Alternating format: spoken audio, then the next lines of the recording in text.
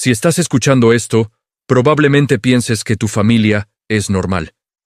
Quizás un poco disfuncional, con tíos que beben demasiado en Navidad, o primos que siempre piden dinero prestado, pero fundamentalmente normal.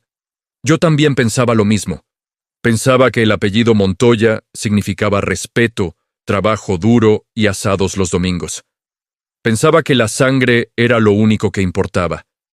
Pero hace exactamente 3 semanas, descubrí que la sangre también puede ser una mancha que nunca se quita. Y todo empezó con un regalo estúpido de $99 que compré en oferta durante el Black Friday. Me llamo Lucas, tengo 27 años y soy, o era, el nieto favorito de la matriarca de la familia. Para entender el desastre que provoqué, primero tenéis que entender a mi familia. Somos muchos.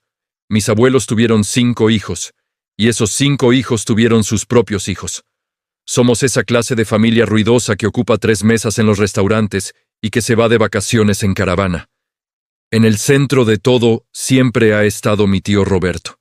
El tío Roberto es el hermano mayor de mi madre. Es ese tipo de hombre que entra en una habitación y la ilumina. Carismático, generoso, siempre con un chiste listo y un billete de 50 euros para los sobrinos. Roberto nunca se casó, decía que su única esposa era la libertad, pero siempre estuvo ahí para nosotros.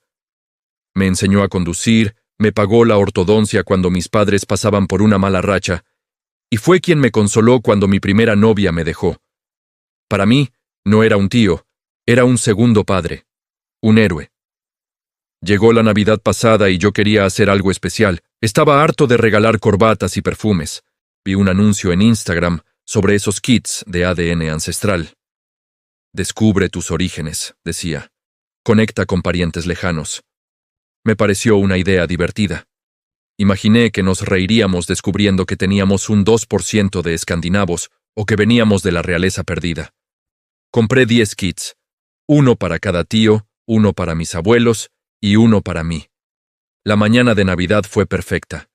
Todos se hicieron el test entre risas, escupiendo en los tubitos de plástico, bromeando sobre quién tendría más porcentaje de neandertal. El tío Roberto fue el que más se rió. «Cuidado, Lucas», me dijo guiñándome un ojo, «a ver si descubrimos que soy hijo del lechero». Todos nos reímos. Recogí las muestras, las registré en la web y las envié por correo al día siguiente. Y luego me olvidé del asunto.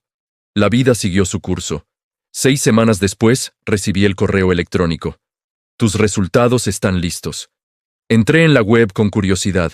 Los resultados eran bastante aburridos, mayoría ibéricos, un poco de norte de África, un poco de italiano. Nada del otro mundo. Empecé a llamar a mis tíos para darles sus contraseñas y que vieran sus propios perfiles. Todo iba bien, hasta que entré en el perfil del tío Roberto. La web tenía una función llamada coincidencias de ADN. Básicamente, te muestra una lista de personas en su base de datos que comparten material genético contigo. Normalmente ves primos segundos, tíos lejanos, gente que ni conoces. Pero en la bandeja de entrada de Roberto había un mensaje privado. No era de un pariente, era de una usuaria llamada Investigadora Genética 88. El mensaje tenía fecha de hacía 2 horas. La curiosidad me pudo, hice clic. El mensaje era corto y escalofriante. Hola.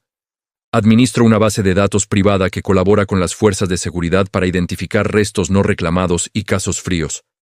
El ADN de este perfil ha saltado una alerta roja como pariente directo, hermano o padre, de una muestra biológica recuperada en la escena del crimen del caso 34B en 1995. Por favor, contácteme inmediatamente. Esto es urgente. Me quedé mirando la pantalla. Caso 34B, 1995. Mi cerebro intentó racionalizarlo. Tenía que ser un error, un spam, una estafa para sacar dinero, pero había algo en el tono, algo clínico y serio, que me revolvió el estómago. Busqué en Google, caso 34B, 1995 crimen. Al principio no salía nada específico, así que probé con palabras clave más generales relacionadas con la ciudad donde vivíamos en esa época. Y entonces lo encontré.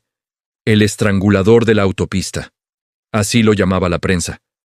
Entre 1994 y 1996, 3 mujeres jóvenes aparecieron muertas en las cunetas de la carretera nacional que cruza nuestra provincia.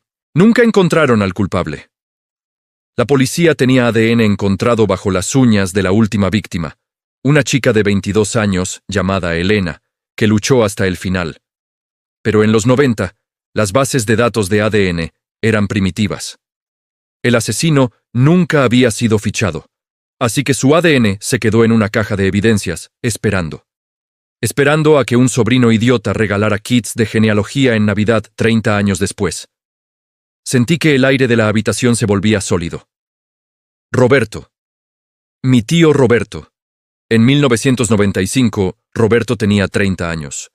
Trabajaba como comercial, viajando constantemente por esas mismas carreteras con su furgoneta. Recordé las historias que contaba con orgullo sobre sus años de juventud, sobre la libertad de la carretera.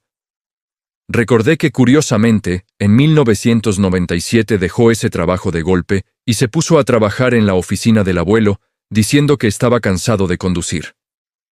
Cerré el portátil de golpe, como si el aparato me estuviera quemando. No podía ser.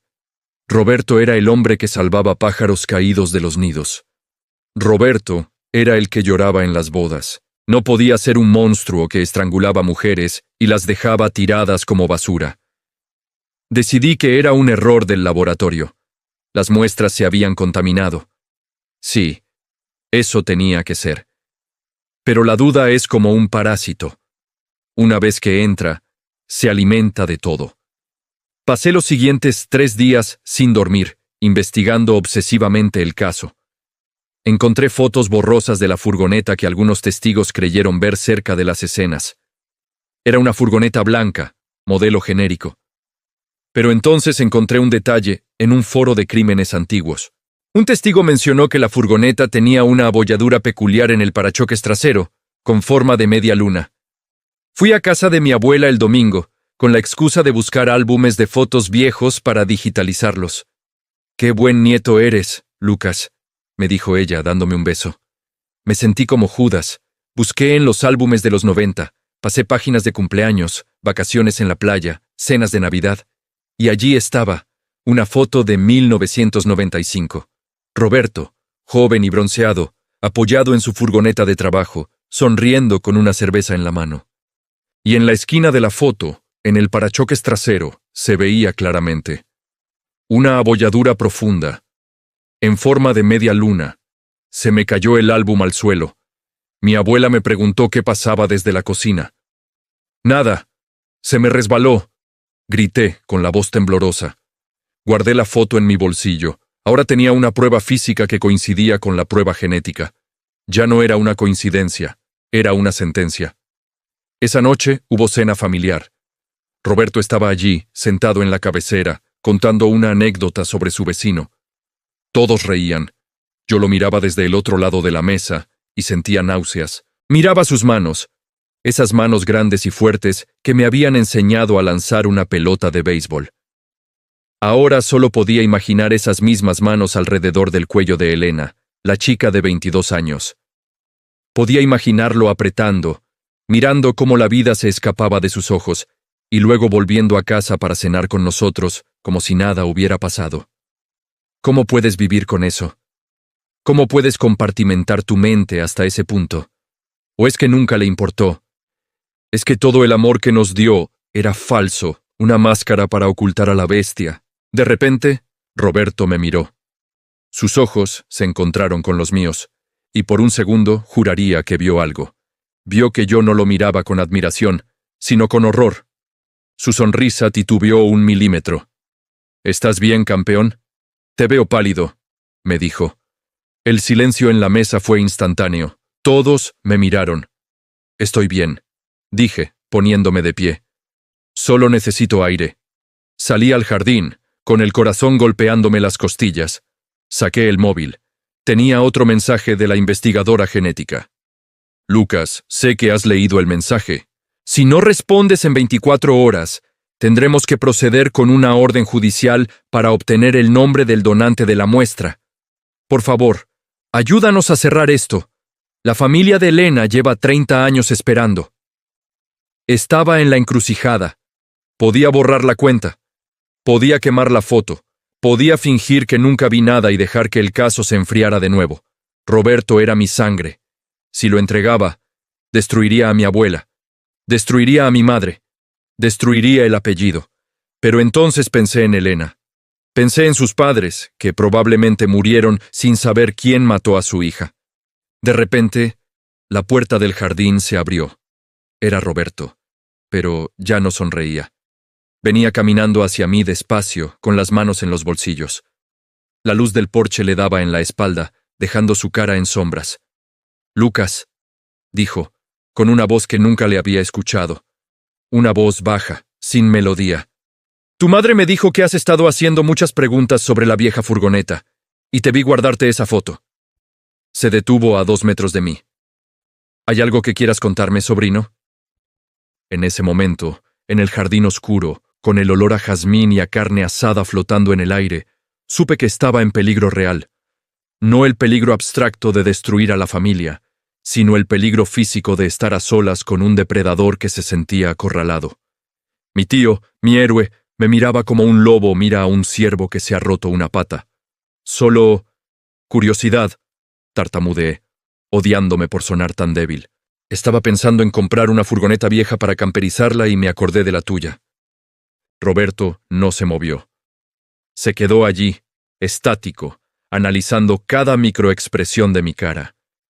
Era una estatua de tensión. «La curiosidad es peligrosa, Lucas», dijo finalmente. «A veces uno escarba donde no debe y se ensucia las manos. La familia es lo primero, ¿recuerdas? Eso es lo que siempre decía el abuelo. Nos protegemos entre nosotros, contra todo el mundo». Dio un paso más hacia mí. Si alguien tuviera un problema viejo, la familia lo ayudaría a enterrarlo, ¿verdad? Era una confesión velada y una amenaza directa, todo en uno. Me estaba ofreciendo complicidad o guerra. Si yo asentía, me convertía en encubridor de un asesino en serie. Si negaba, bueno, estábamos solos en el jardín y él pesaba 30 kilos más que yo. «Claro, tío», dije, forzando una sonrisa que sentí como una mueca de dolor. «La familia es lo primero». Él me sostuvo la mirada 5 segundos eternos. Luego, la tensión desapareció de sus hombros. Volvió a ser el tío Roberto. Me dio una palmada en la espalda que casi me tira al suelo. «Ese es mi chico. Vamos dentro. Se enfría el postre». Esa noche no dormí. Me senté en mi cama con el móvil en la mano, leyendo una y otra vez el mensaje de la investigadora. Imaginé a Roberto en la cárcel. Imaginé a mi abuela llorando, diciendo que era mentira, que yo era un traidor. Imaginé las noticias, los reporteros en nuestro césped. La familia del monstruo, seríamos parias. Pero luego imaginé a Roberto libre. Lo imaginé envejeciendo, muriendo en su cama rodeado de amor que no merecía. Y peor aún. ¿Y si no había parado en 1996? ¿Y si había otras? ¿Y si volvía a hacerlo porque se sentía intocable? A las 4:00 am tomé la decisión. No respondí a la investigadora. Hice algo más directo. Llamé a la línea de pistas anónimas de la Policía Nacional. Les dije quién era, les dije lo del test de ADN, les envié la foto de la furgoneta y les di la dirección de Roberto. Me dijeron que no hiciera nada, que actuara con normalidad. Los siguientes 2 días fueron una tortura psicológica. Roberto me llamaba constantemente. ¿Te vienes a ver el fútbol? ¿Quieres que vayamos a pescar? Cada llamada era un recordatorio de que me estaba vigilando. Él sabía que yo sabía. Solo estaba esperando a ver si yo tenía el valor de traicionarlo. Yo ponía excusas. Tengo mucho trabajo. Me duele la cabeza. Mi madre me preguntó qué me pasaba. ¿Por qué estaba tan distante con mi tío favorito? Tuve que morderme la lengua hasta hacerme sangre para no gritarle que su hermano era un asesino. Y entonces llegó el martes. Estaba en casa de mis padres. Roberto había venido a cenar. Estábamos en el salón viendo la televisión. El ambiente estaba tenso, denso como la melaza. Roberto no paraba de mirarme de reojo. De repente se escucharon sirenas. No una, sino muchas. Se acercaban rápido. Vi cómo el color desaparecía de la cara de Roberto. Se levantó del sofá despacio, como un animal escuchando un trueno. Las luces azules inundaron el salón a través de las cortinas. Golpearon la puerta. ¡Policía! ¡Abran la puerta! Mi madre gritó. Mi padre se levantó asustado.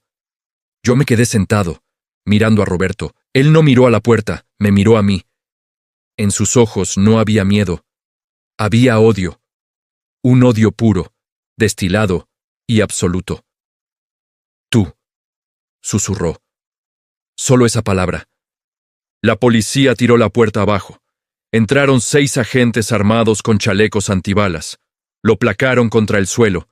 Roberto no se resistió, pero no dejó de mirarme mientras le ponían las esposas. Mi madre lloraba histérica, preguntando qué pasaba, diciendo que era un error. Un inspector se acercó a ella y le dijo: Roberto Montoya queda detenido por el asesinato de Elena Vives, Lucía Marcos y Ana Ruiz. 3 nombres, 3 chicas. No era solo una. Se lo llevaron. El silencio que quedó en la casa fue peor que los gritos. Mi madre se giró hacia mí, esperando que yo estuviera igual de sorprendido. Pero vio mi cara, vio que yo no lloraba, y lo entendió. Tú lo sabías, me dijo. ¿Tú has hecho esto? Traté de explicarle, traté de hablarle del ADN, de la furgoneta, pero no me escuchó. Me echó de casa. Me dijo que había destruido a la familia, que había vendido a mi propia sangre. Han pasado 3 semanas. Roberto está en prisión preventiva sin fianza. El ADN ha confirmado al 100% que él es el estrangulador. Han encontrado trofeos en un doble fondo de su armario, pendientes, carnets de identidad de las víctimas. Es culpable. No hay duda, la noticia está en todas partes. Mi apellido es sinónimo de horror en todo el país. Mi familia no me habla. Mis primos me han bloqueado en redes sociales. Mi abuela tuvo un infarto leve cuando se enteró y no me dejan ir a verla al hospital. Para ellos, yo soy el villano. Yo soy el que trajo la desgracia. Prefieren odiar al que encendió la luz que al monstruo que vivía en la oscuridad. Vivo solo en un apartamento alquilado ahora. A veces me pregunto si hice lo correcto. Podría haber callado, podría seguir teniendo familia, pero luego pienso en la madre de Elena. La vi en las noticias ayer, llorando de alivio, diciendo que por fin puede descansar, sabiendo que el hombre que mató a su hija no volverá a hacer daño a nadie. Y supongo que eso vale más que las cenas de los domingos. Supongo que la justicia es un plato frío y solitario. Tengo miedo, no os voy a mentir. Roberto me envió una carta desde la cárcel ayer. Solo tenía una línea. La sangre nunca se borra, Lucas. Nos veremos pronto. No sé si es una amenaza o una promesa, pero sé que cada vez que escucho una furgoneta blanca pasar por mi calle, me quedo helado. La verdad duele, pero el secreto mata. Si tienes un presentimiento sobre alguien, si ves algo que no cuadra, no mires hacia otro lado. No seas cómplice, porque los monstruos reales no viven debajo de la cama. Se sientan a tu mesa y te sonríen en Navidad. Y esta historia te ha dejado un mal cuerpo y te ha hecho mirar de reojo a ese pariente peculiar. Entonces, bienvenido a la realidad. Suscríbete al canal ahora mismo, porque aquí destapamos lo que otros quieren mantener enterrado. Dale like si crees que hice lo correcto, o comenta si crees que la lealtad familiar debería estar por encima de todo. Y si crees que esto fue intenso, espera a ver el video que aparece ahora en tu pantalla. Es un caso donde el secreto no estaba en el ADN, sino escondido dentro de las paredes de la propia casa. Haz clic ahí y descubre por qué nunca debes confiar en el silencio de tu hogar. Nos vemos en el próximo archivo.